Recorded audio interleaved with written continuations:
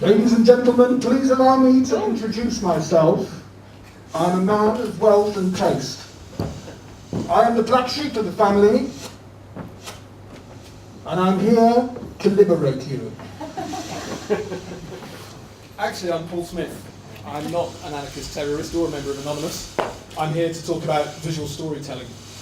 And visual storytelling is something that humans have been doing for a long time, whether it's the caves of Lascaux, whether it's the Egyptian hieroglyphics, which actually is a language rather than pictorial, as decided by Champollion, or whether it's French military victories. If we move forward in time from kind of ancient history to medieval history, we see that visual storytelling is picked up by the educated of the day, so monks and monasteries. We see people like the Venerable Bede, or in this case, this is the Sherborne Misal, which is available to view in the British Library. It's a magnificent piece of, if you like, history of the British Isles. A master visual storyteller is Hogarth. What we see here with Gin Lane is an important element of storytelling visually. It's not just about the content, it's about the structure and the way the content is presented. So we see here your eye line is in a curious position. You're floating in mid-air. You've got lots of diagonal lines, which is unsettling. Compare that with Beer Street, much more harmonious content, but then the structure of it is much more harmonious as well. We see more vertical lines, more horizontal lines. Your feet are planted firmly on the ground in this image. It's much more pleasing to the eye. And we see things like the only person there that's pure was the pawnbroker. Move forward to the 19th and the 20th century, we see visual storytelling through illustration through people like John Tenniel in Alice in Wonderland. We see Aubrey Beardsley's work with The Decadence in Oscar Wilde. We see Gerald Scarfe, the man who's responsible for imagery for Pink Floyd and Oddbins. And then we move into the 1960s with people like Carmine Infantino, Jack Kirby. At the same time in the UK, we have Leo Baxendale producing The Beamer, producing The Bash Street Kids, possibly known to everybody in this room. But actually it's a story of intellectual property rights, because he spent 7 years in the 1980s trying to get the rights back to his own characters. And it's the intellectual property rights issue is why we see in the 1970s and 80s any child could walk into a newsagent, 30p in their pocket, and buy a piece of honest endeavour, well written, well structured, and imaginatively written fiction. But through the 1980s we gradually see an extinction event. We see each of these titles disappearing one by one. And where we get to after the 1980s, we see all of that gone. And if you walk into a W.H. Smith's today, you find it's mostly children's toy brand extension or TV extension comics. You don't get the imaginative fiction there anymore. You know, I have to buy this for my daughters, and I think I die a little bit inside. It's not about the imagination anymore. So I say, go and find your local comic book store.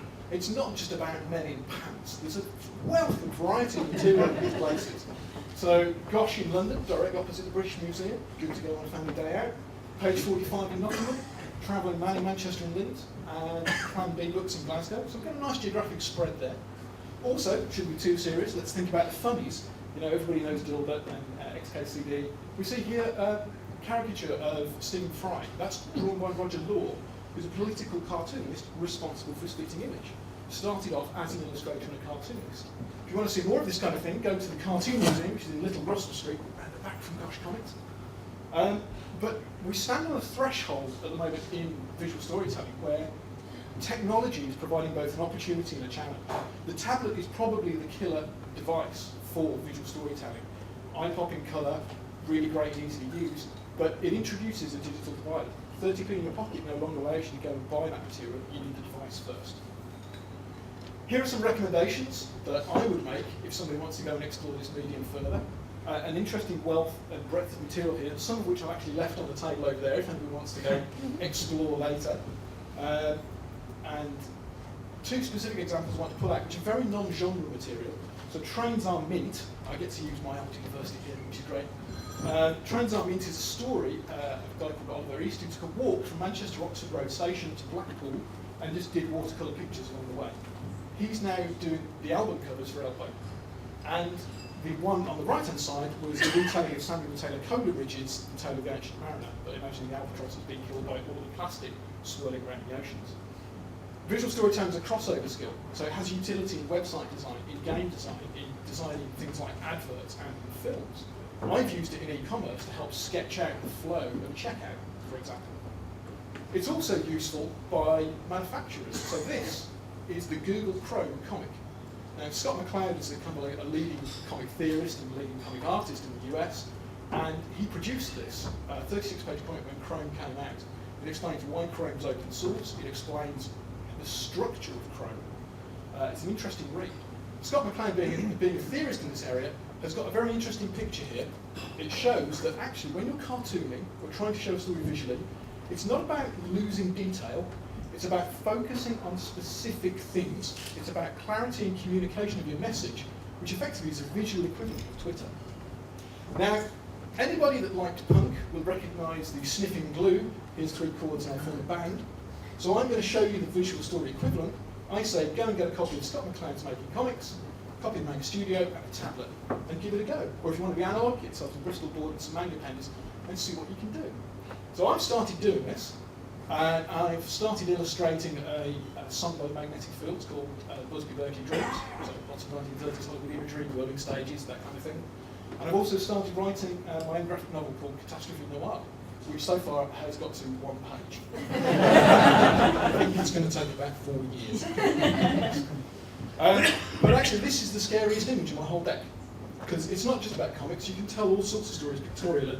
This big rectangular blob here, this is, from Information is Beautiful, this represents the cost of the financial crisis.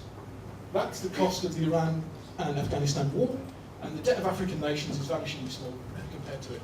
It's a really good, concise way of communicating a message quickly. I'm just going to wrap up with Scott McCloud's Story Machine. This is a visual equivalent, if you like, of Brian Eno's, I believe, strategy cards, which he uses to try and inspire musicians. If you're kind of bored and you want to find some inspiration, stare at that Story Machine. Great. It's also really good on the teleconference if you really want to get out to it. Anyway, thank you all very much.